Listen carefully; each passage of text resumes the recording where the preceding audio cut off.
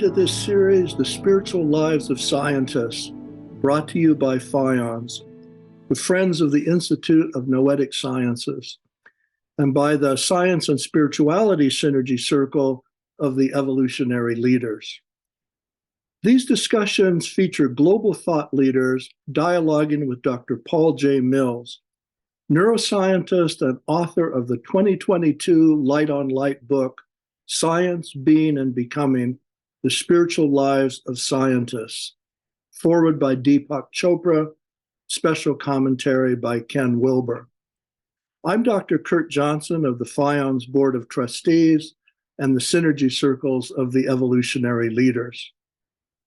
Each video will engage Dr. Mills in a discussion with a global thought leader introduced immediately after this introduction of Dr. Mills. Dr. Paul J. Mills, PhD, is Professor of Public Health and Family Medicine, Director of the Center of Excellence for Research and Training in Integrative Health, and former Chief of Behavioral Medicine at the University of California, San Diego. He has over 400 scientific publications in the fields of pharmacology, oncology, cardiology, behavioral medicine, and integrative health. And he published some of the earliest scientific research on meditation. His work has been featured in Time Magazine, the New York Times, U.S. News and World Report, the Huffington Post, Gaia TV, WebMD, and many others. And he has presented his work at hundreds of conferences around the world, including at the United Nations. The book synopsis of Science, Being, and Becoming, The Spiritual Lives of Scientists, emphasizes that contrary to popular belief, not all scientists are materialists or fervently discount the spiritual.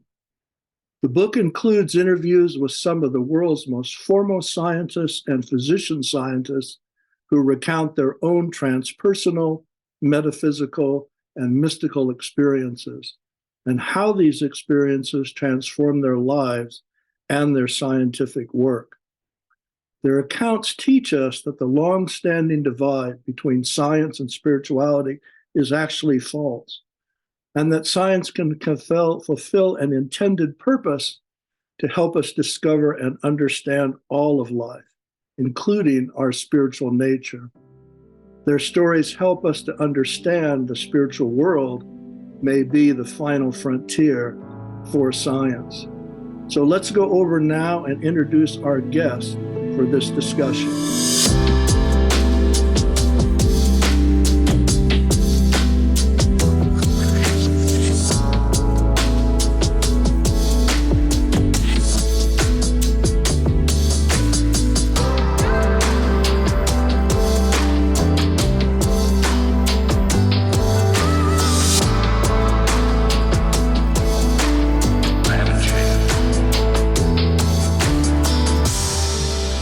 Welcome, everyone. So our first guest is Dr. Paul J. Mills himself, the author of Science, Being, and Becoming, The Spiritual Lives of Scientists. This way we can set the stage for the rest of this important series and also have a reference point that we can share with all of our upcoming guests with regard to the contents of this amazing book. So let's start right away with a series of questions that can readily paint out that landscape. So Paul, let's start with you telling us a bit about the landscape of this book. What is the breadth of the content that it contains and how it's laid out for the reader? So for a start, take us on a short browse or journey through the general content of the book. Sure, it'd be a pleasure to do so. Thank you, Kurt. Really, the book, the broad breadth of the book is about our spiritual journey. Our spiritual journey, by that I mean we human beings, our spiritual journey. But it's a journey as told through the eyes of scientists and primarily biomedical scientists. For the book, I interviewed over 30 scientists, and I asked them about their transpersonal experiences, their metaphysical experiences, their mystical experiences. And I approached many scientists for the book Many said yes, of course, I have these 30 interviews, but there were quite a few who said no. And the few that said no, the reasons were either they said, well, Paul, this sounds like a great project, but I don't have any experiences that I could talk about in this domain. Others said, Paul, I have had such experiences, but I don't feel comfortable speaking about them, particularly because of my scientific career and my scientific reputation in science. I mean, the reputation is everything, really, to continue your academic work, getting grants and so forth. And some of them weren't willing to kind of conflate these two parts of themselves, which so far they've done a good job keeping them separately. Those who have had experiences, some of them had them really at birth, had a very active spiritual life through certain psychic abilities or clairvoyant experiences. And it was those experiences which really led them to become a scientist, because they learned as they got older that science is the way of knowing systematically. And they thought, if I become a scientist, I'll get more insight and really understanding of what this set of experiences I have are, and what is the spiritual world beyond the physical world. Others had already been very established scientists, even more in the materialistic domain of science, and then had an opening. Some of the openings came from meditation or psychedelics or a very stressful experience in their life, for example. They had an opening. They realized there was something beyond their normal perception and experience of consciousness, and then they started delving into this and developing their spiritual life in that degree. So it's a very interesting set of scientists, I might say, based on the different trajectories that about their spiritual lives. As far as the layout of the book, well, that really evolved organically as I was doing the interviews and rather early on. The book follows really Joseph Campbell's hero's journey, the heroine's journey, often called the monomyth. And it was really fitting that this evolved and emerged through the interviews, because the monomyth is a monomyth after all. And all of our lives follow this theme of hearing a call. Do we respond to the call or not? And if we do, it begins to take us somewhere new that we haven't been to previously in our lives. And then that journey, for those of you who are familiar with the monomyth, ultimately leads to a kind of rebirth, a death and rebirth.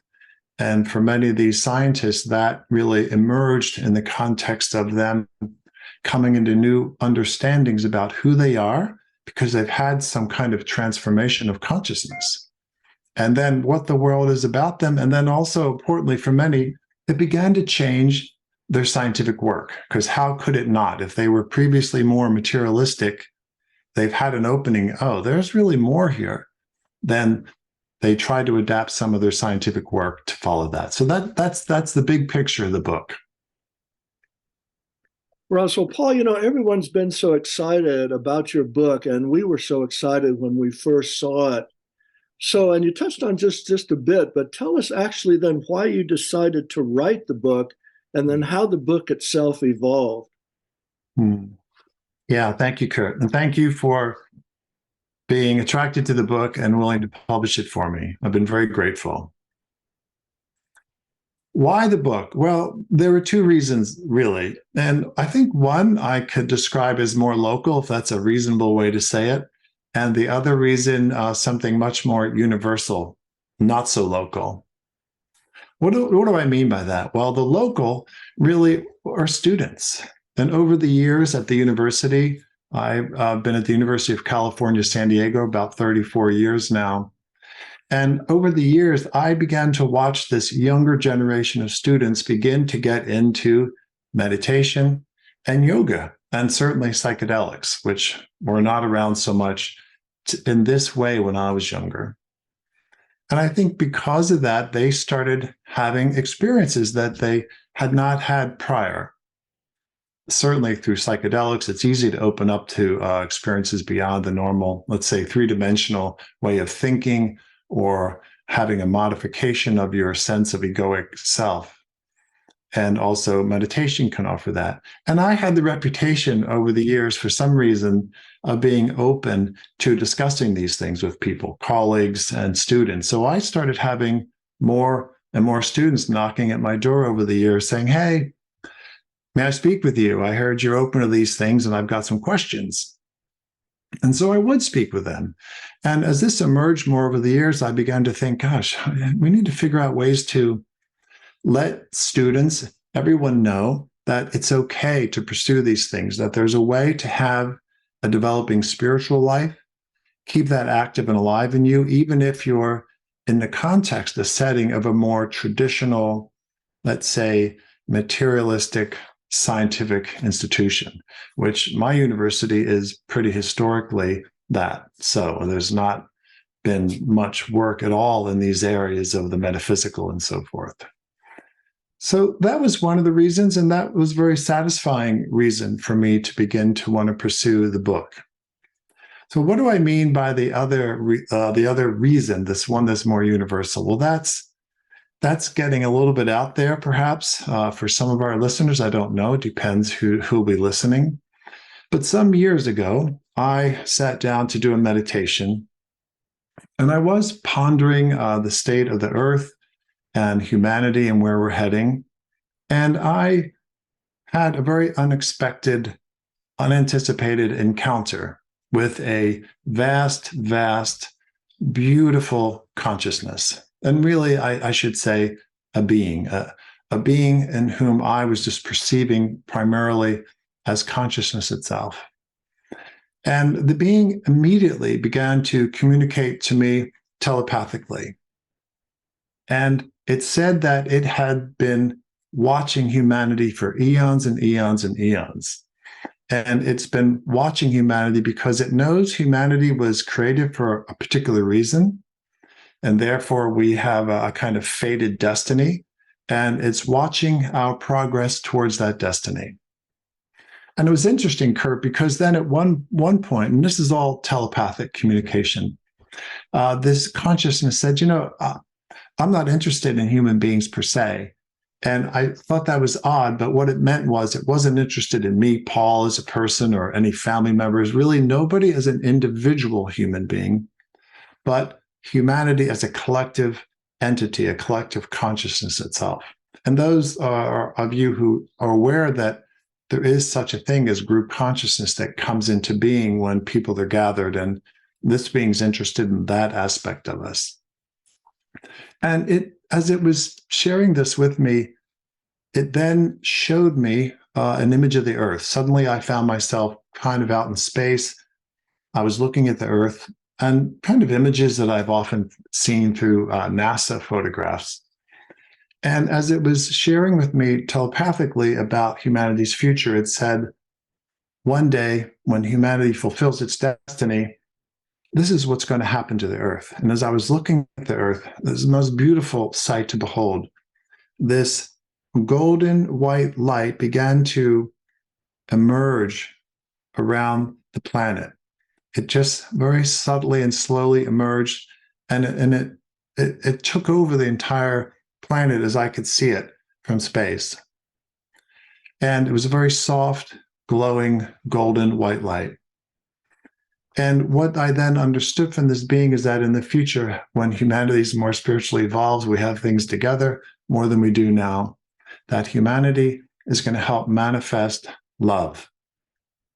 Really, this essence of life in creation itself, it will manifest love somehow. I don't know how this is going to work in what we call this third dimension of existence, this materialistic world. And of course, it was a beautiful sight to behold. And this really set my mind to thinking, well, this seems to be, it's going to happen. What have I done, me, Paul, to help this come into being? Am I helping it? Am I hindering it? What about all my scientific work that I've been doing over the years? I've been deep into science for 30 years by then. Am I helping this thing along? What are my colleagues doing? What are the biomedical sciences doing at large? So that was another reason I wrote the book, because I thought, well, I'm going to start interviewing scientists and I'm going to see what they're doing. Are they in line with this kind of trajectory? Or how are we evolving consciously, so forth? So that was the other reason, and those are the two reasons, Kurt. Oh, wow. So just to follow that point then just a little bit more, Yeah, why do you think that the building out of this discussion, the spiritual lives of scientists, about and among scientists and the public, is so important, especially in the context of how you view our current world and all of our many challenges? Hmm. Hmm. Yeah, that's a very good question.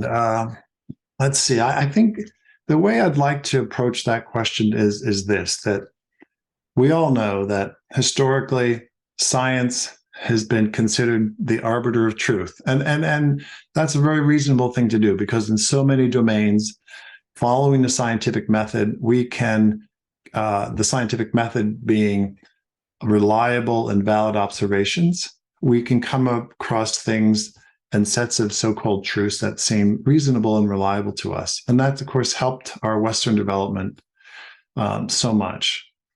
But there are domains within science that it's also claimed authority, but really it has had no business claiming authority. Particularly back to the metaphysical, the transpersonal, the mystical domains.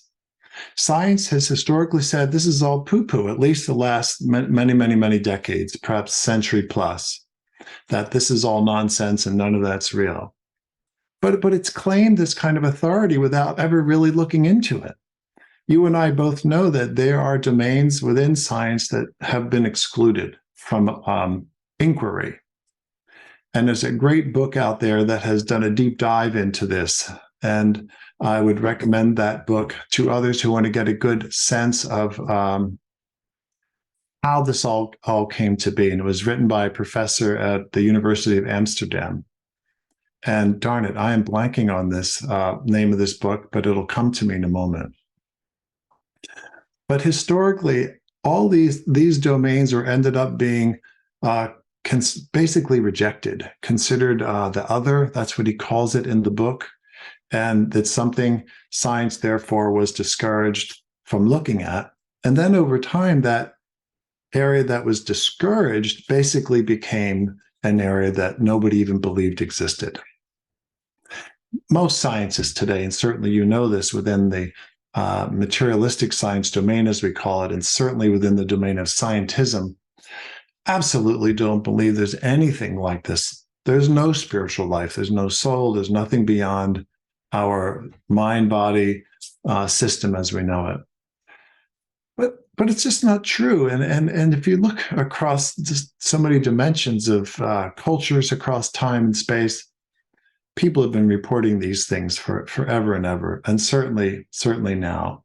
And for the book, it's just been beautiful to have scientists who are trained in the scientific method, who know how important it is and reliable it is to say, I've been having these experiences, or I have had them, and they're not something that's part of an illusion of my mind and thinking, but they're real.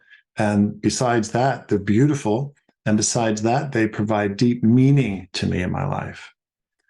So for me, that's really one of the most important points of the book, that we need to have science begin to open up, really claim its responsibility. Do what it does best. Just go investigate this area. Find out about it. What is it all about, really? And what does it tell us about humanity, our potential, our future?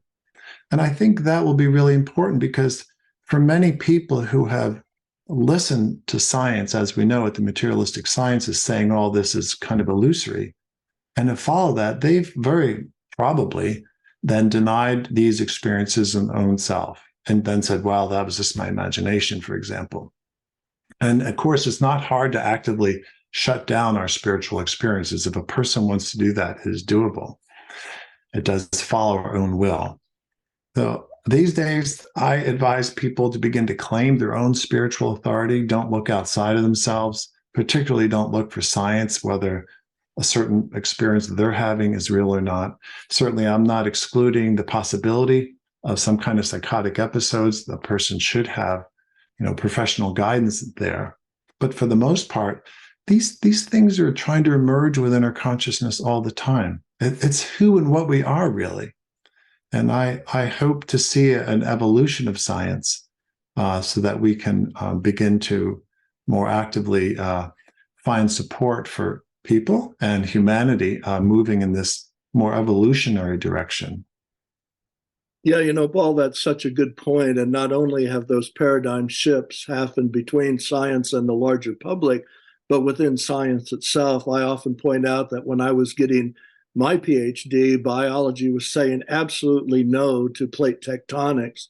And it denied plate tectonics for 50 years until it was proven by geophysics. And suddenly, when it was proven by geophysics, it had to walk through the door when everybody in the biological community had been insisting on the stable Earth hypothesis and understanding the evolution of fauna and flora based on stable Earth. So those paradigm shifts have happened within science itself, where there was a large denial group. So it's always a dynamic. And in the whole area that you work with, in the sense of understanding spiritual experiences and non-dual consciousness, it's been really the body of work of neuroscientists and also cosmology that's opened the door for the wider understanding of these vaster phenomena that some of the more siloed areas of science itself would actually say aren't real.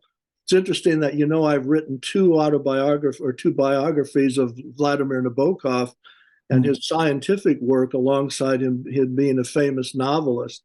And 5 years ago, we wouldn't have been able to discuss the parts in Nabokov's work that show that he had non-dual experiences, particularly as a child, because there was no literature that one could refer to.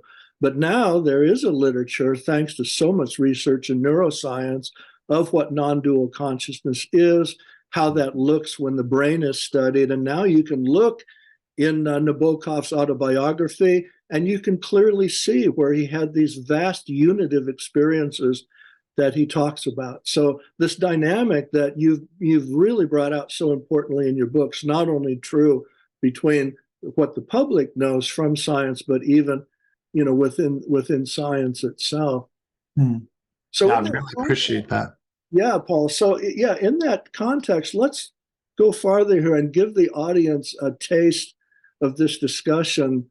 Can you mention and highlight some of the stories among the many scientists that you interviewed in the book that really pointed out how their lives became transformed by these types of experiences? And please feel free to mention several, whichever ones come to mind. Great, I'd love to, because of course this is the meat of the book, is the different narratives from all the scientists. And as I mentioned earlier, I have them organized according to the monomyth. So some of the scientists appear earlier in the book, depending on their particular journey and what happened to them in their lives, and some of them appear later in the book, in the latter stage of the so-called monomyth stages. Well, given that we were just speaking about science and this evolution of science, and I'm with you all the way, modern neuroscience has really been leading the way to help Western science open up to the non-material as far as consciousness development, spiritual experiences. And that has been beautiful to watch, and I've been able to participate in some ways too. But this idea that science historically has rejected all things, let's say, transpersonal and metaphysical and mystical. And therefore, most people lay people in the different cultures and societies have said, well, none of this is real because science says it's not real. Here's a story that really brings this home. One of my interviewees, his name is Thomas Brophy. Dr. Thomas Brophy is the president of the California Institute for Human Science in Encinitas, California, a physicist. When he was young, he was very psychic, and he just had the ability to know things without any rational way of knowing them. That's what psychic is, typically defined. And he told me of several times he was playing cards with his father, and he was in the midst of the game, and then he would know what cards his father was holding. He would know it. And he would tell his dad, oh, you have this, this, this, this, this. And it was shocking. And he told me one of the times he was sitting in the kitchen, and his father immediately turned over his shoulder to look in the mirror or the window, the kitchen window behind him, to see if his cards were being reflected, which they weren't. And basically he said, Thomas, you can't know this. And Thomas said, no, here they are, another evidence. And his father said, listen, that's impossible. Science has proved this is impossible.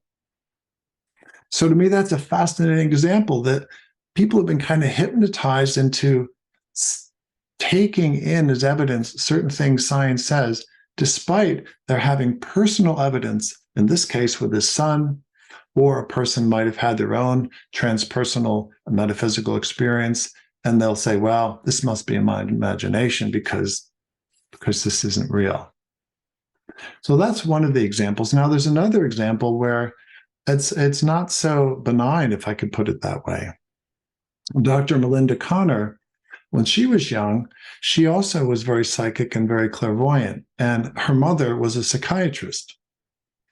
And when Melinda was a younger age, I think about 10, she said, and some of these started emerging, these gifts, these abilities. And naturally, we as children, we share things with our parents. And she said, hey, Mom, guess what? I can read your thoughts. And I'm seeing this color around you when I'm reading the thought. Mom said, what do you mean? So she told her mom what she was thinking. Now, this took some rounds where her mother realized, you know what? She really knows what I'm thinking. Well, the mom said, Melinda, you're coming to work with me tomorrow. She brought Melinda to her work. She sat her down in a chair outside in this hallway in the building. And she said, you sit here and I'll be back for you. It's going to be about a couple of hours. Melinda sat there. And over the course of the next couple of hours, some people were escorted down the hall past her, and they were taken into a room right by where she was sitting. They'd be in this room maybe 15 minutes, something like that, and then they would be escorted out the room and back down the hall. Well, this was very disturbing for Melinda for a couple of reasons. One, also having this clairvoyance, she had a capacity to really see the person's energy field around, and plus just seeing the demeanor on the person's face, you get a sense of how they're doing. There was a vast difference between when they went into this room and came out of the room. When they came out of the room, it was extremely disturbing to Melinda because their field was highly disrupted, and they did not look good at all visually. This went on and on. Melinda was getting more and more distraught. Finally, her mother comes out of the room and sits down next to her and says, this is what happens to people who can read people's minds, who hear other people's thoughts. So what was happening in that room? Well, these were patients at a hospital where her mother worked as a psychiatrist, and they were getting ECT. And they were getting just shocked, and it was taking them offline. And this was a very powerful lesson for Melinda. So she kept all this to herself, certainly from her mother. But it turned out her grandmother also had certain gifts that she hadn't spoken about. And somehow the day came when Linda and her grandmother were able to share this. And her grandmother helped her further develop the gifts, particularly out in the garden with plants, and just really cultivated. So this is another really downer side of things, in the sense of we've had a scientific model that said all this stuff is unreal, and therefore we have a culture that says it's unreal, and therefore people who have these abilities, which we all do to some degree, have never been supported to cultivate them further, to understand what they are and how they play an important part in our life. And of course, that raises the question, if all of us are walking around with these innate gifts shut down for a variety of reasons, what is the relationship of all that to all the chronic depression, chronic anxiety, chronic loss of meaning, et cetera, that we see in so many of our, certainly Western societies? And I think personally, there's a relationship there.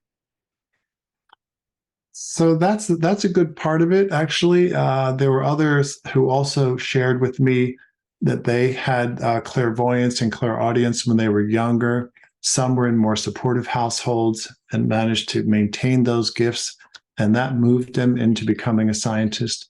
And others had to kind of tamp them down for a variety of reasons. So those are a couple of the stories.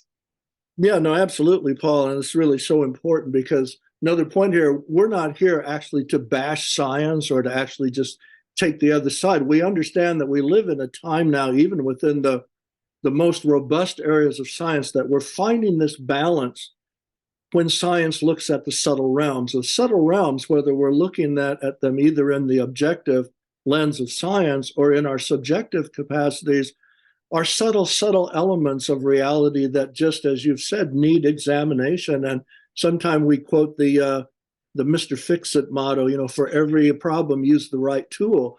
And science is actually finding these tools, even within now neuroscience and cosmology, tools that weren't there even 2 to 5 years ago. If you look at the 3 Nobel Prizes in physics on non-locality and event horizon and quantum entanglement and their implications for neuroscience and for conscious experience. So we're at that interesting time. So it's so pivotal that people who are mainstream scientists like yourself and myself can actually spur this conversation along. So thank you so much. And I just want to steer everyone toward the many examples of these experiences in Paul's book, some which were incremental in scientists and some which were dramatic interventions in their life.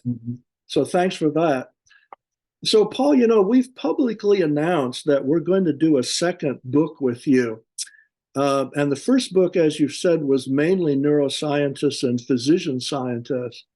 But as you know, in this second book, we're going to build it out to all the other additional fields of science, including the evolutionary and life sciences, physics, cosmology, psychology, philosophy, symbology, because you mentioned Joseph Campbell, and even economics. So, Paul, can you comment about why this expansion of the discussion is also so important? Sure, I'd happy to, Kurt, to speak about this second book. Before I do, I want to say, yeah, I'm with you all the way. I'm not bashing science, and I'm not bashing scientists. I'm just wanting to emphasize in some of the stories I just told and what we've been speaking about so far is that science has claimed authority historically in areas it has had no right to claim authority. And by doing that, it's had adverse effects on endless numbers of people's lives. That's changing now. I'm very grateful for that happening and to be part of it and to be witnessing it across many domains of science, particularly certainly the neuroscience area, but even in my fields of often called integrative medicine and integrative health, there's been an opening towards this, and it's changing how medicine's being practiced, which I'm grateful to see. Well, the second book, let's see, where to begin on that? You know that I'm doing this podcast series, a new podcast series called Main Street Mystics with Julie Kroll. And I was introduced to Julie through you and Ariel Patricia, and it's been a great series that I'm enjoying. And the series basically asks the question, why do people have these metaphysical and mystical experiences? Why do we have them? And that might seem like a very basic question to ask, but we're asking it in the context of what do they tell us about our own human potential and our evolutionary trajectory? How have our experiences in these domains being expressed now versus how people might have had them a century ago or many centuries ago? And this, from my point of view, gets back to this experience I shared with you at the beginning of our interview with this universal being, this vast, beautiful consciousness that I encountered that's been following humanity for millennia. We are clearly an evolving entity, species, not just with our biology and so forth, but our consciousness and spirituality. Where are we now, and how is that getting us to where we want to be? So part of the idea behind the second book is to expand the interviews to many more different walks of life. Yes, way beyond just the scientists that I had done initially, because, well, that's been my own career, and it seemed like a natural place to start. But just think, if I can do this again with a vast range of people, get a sense of how these experiences, these spiritual, evolutionary, developmental experiences are manifesting in other people across different disciplines and careers and expertise. How does spirituality these days in the metaphysical manifest through the artist, for example? And you mentioned economics and so forth. So that's part of the idea. And then for me, the challenge will be to put all this together and maybe make sense of it, to get a sense of the current pulse of our evolution, certainly in context with many other people who are working in these areas. And we just want to develop the book in that sense. And I'm imagining and hoping and anticipating that there'll be more messages that emerge from the material of all these interviews as they're put together in the context of this question of where are we heading now? How are we doing? What are the next steps? And importantly, how can we support each other to keep this progress moving to that beautiful, let's say, end stage manifestation that we human beings as a collective are going to manifest? Yeah, no, absolutely. So as you said, this is all a part of us moving toward that greater holism and balancing the best of the gifts of the objective sciences and the best of our internal subjective gifts. And it's interesting that you mentioned this whole world of adverse effects happens also in science. In 1980, at the meeting of the American Association for the Advancement of Science, it was either 79 or 80, the one at the University of North Dakota, there was a whole section called Continental Drift Survivors. And it was actually all people whose careers had been ruined or they'd never been able to have a career because they'd been biologists who actually supported plate tectonics, and they'd been literally drummed out of the field and isolated for even 4 decades. So adverse effects not only happens relative to science and the rest of the world, but even within science itself. So it's just there's something about us human beings that we get stuck on a certain story. We can look through history and we see that over and over again. So what's so important, Paul, books like yours are really on that edge of opening the floodgates, because like you said, you talk to scientists who said, I've had these experiences, but I don't feel yet ready to talk about them. And so opening that now to philosophers and physicists and economists, and really taking a look at the whole landscape of our experiences. And like you said, keep it in mind also psychiatry and psychology, and that, yes, there are the ways that this goes wrong pathologically and needs intervention from the medical community, but balancing our understandings here are so important, and that's where you've made such an important contribution. So to really, to go just a little bit farther and actually start to cap off our discussion, because it's right in line with what you just said, what is your ongoing vision for these books and all of your work and the impact of the message that you're wishing to get out through the books and through all the activities that you're creating around it? Mm-hmm. That's a great one. I'd say my ongoing vision, and in a word, the word liberation comes to my mind. What do I mean by that? I mean, yes, let's continue to give permission and ability to everyone to begin to step more and more into the acceptance of these domains of their very own existence, their very own consciousness. And you used the word a few moments ago of permission, and that's another piece of the book I've already written that I have been seeing some good things come out of, and certainly I believe it would come out of the second book. And what do I mean by that? Because back to folks who have historically looked to science and scientists for answers, and if science says no, then it's a no. But now they can read books like this because the book's not for scientists per se, it's for everyone, including lay scientists and citizen scientists. But it gives permission to say, oh, well, if scientists are starting to open up and talk about this and say it's real and true, then perhaps it is true. They're going to give themselves permission then to start looking into these dimensions of their very own self. And to me, that's what it's about. Every human being should be successful on their own monomyth, whatever these calls are. And for every human being, there is ultimately a spiritual awakening call. One of my interviewees, Dr. Dorje, she said that we all have what she likes to call an I am instinct.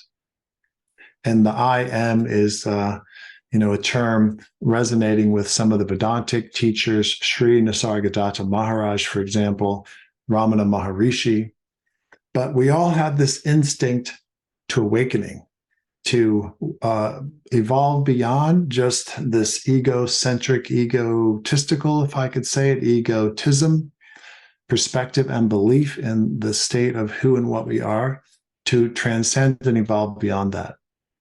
And I want every human being really to, if they're willing and interested, get on that journey. And so these books can provide a little more permission, as well as some guideposts, because there are such a diversity of experiences in the book so far that I think at least one or two of these stories would resonate for whoever the reader is and say, oh, yeah, well, I've actually had such an experience, but I ignored it, or I suppressed it because I thought I should. But if it starts opening up permission and being a guidepost, well, that'll be very satisfying for me.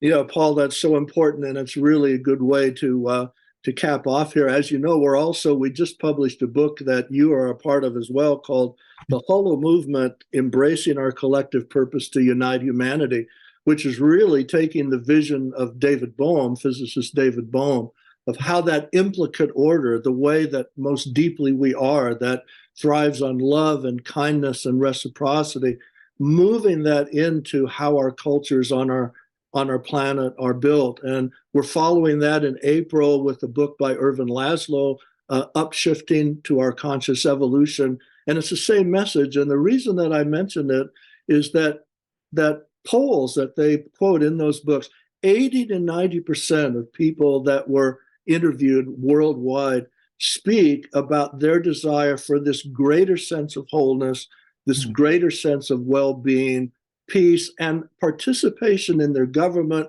participation in their free markets. And if we look around the world, we look at situation in Ukraine now and other situations with the Turkish earthquake and so on, this crying out for embracing the well-being of all humanity and making this gigantic shift, as Riane Eisler says, from centuries of dominance ways of operating with each other to moving toward partnership. And as you point out in your book, the center of that partnership understanding comes from consciousness itself and the kinds of experiences that you're talking about. So I'm actually going to just add one more question, and that how would you speak to that in the sense of how we're trying to move toward a global partnership consciousness in these types of experiences that your book is about? As far as how we're moving forward for this? How are the experiences you're talking about a part of that universal phenomenon that's happening everywhere that really seems to be what can kindle this move toward a global partnership consciousness instead of dominance consciousness? Yeah. Okay. Well, I would say, on one hand, the book, the material in the book, is evidence that this phenomenon is indeed happening. And I've certainly been more aware. I started meditating when I was in high school and just kind of tracking this, my own personal experiences and the experiences of others. And I could say very confidently that there has been a shift, and it's a progressive shift. We could say the last couple of decades, I think the last couple of years, and then again, even the last maybe 6 months, I've been experiencing a change in let's say, the frequency of consciousness itself. I think consciousness itself is ready to take another step forward. Human consciousness, humanity's, let's say, group mind consciousness itself is ready to evolve. And it's asking us as individuals to step in, sync with that, and take the next step. And hopefully more and more people will be willing to do it. All of our institutions, we've been focusing mainly on science, but other areas, certainly government, educational systems around the world, they've all been operating in a very materialistic mindset, not, as you said, with love and compassion. And this has had very adverse effects for all of us, as has been evident for, as long as I can remember. So something's happening. I think it's beautiful. It's going to be a bumpy road. as we're seeing, but I see and have, let's say, even been shown that we're going to get through it, and it'll be a beautiful next phase of our spiritual existence, and then we'll see what evolves beyond that. Yeah, and it's so interesting, that final comment, because even those who are still embracing a more materialist or physicalist view of reality, because that's been their experience or what they know from science, there's a gigantic movement in science now, pro-social world, which I'm a part of as well, which is scientists that can embrace, yes, a physicalist worldview, but they understand the evolution of altruistic behavior, the evolution of how goodness operates in systems, and they're all pointing toward the litmus test is not about ideas, it's about behavior. It's about how we treat each other. And that emergence of pro-social world or altruistic behavior can emerge simply from a biological system. Nature itself selects in group of multi-level selection for what serves the whole. So whether we're really looking even through the physicalist lens of just, hard science, or through these other dimensions that you talk about in your book, through the subjective, neuroscience and cosmology, everybody's starting to understand that this is trying to move toward that pro-social world. And if people want to know what pro-social means, it's the opposite of antisocial. Very easy to understand. So, Paul, thank you so much for joining us on this episode. Paul Mills, the author of Science, Being, and Becoming, The Spiritual Lives of Scientists, thank you so much for joining us for the foundational episode of this series, The Spiritual Lives of Scientists. This is a foundational conversation for these historical times, and we look forward to all of the forthcoming episodes and all of the work that you're doing with other broadcasts, podcasts, and messages, and the second book you're going to do. So, Paul, thank you so much. Thank you, Kurt. Very grateful. Thanks for the idea and for supporting all this. Been our pleasure. Well, thank you so much, Dr. Paul J. Mills, and thanks to our viewers. Each of the subsequent videos in this important video series will feature discussions with Dr. Mills in the context of his groundbreaking book, Science, Being, and Becoming, The Spiritual Lives of Scientists. And you can update yourself regularly on the series at the websites posted just hereafter, which include lightonlight.us and the Light on Light Press and Light on Light Magazine Facebook pages, and the Sacred Stories channel at YouTube. That's YouTube at the Sacred Stories channel. Thank you for joining us, and please tell your colleagues about this important video series. This is Dr. Kurt Johnson of Light on Light Media and of the Synergy Circles of the Evolutionary Leaders, a project of the Source of Synergy Foundation. And please also see our emerging work on this important intersection of science and spirit at evolutionaryleaders.net and holomovement.org. That's HOLO movement.org.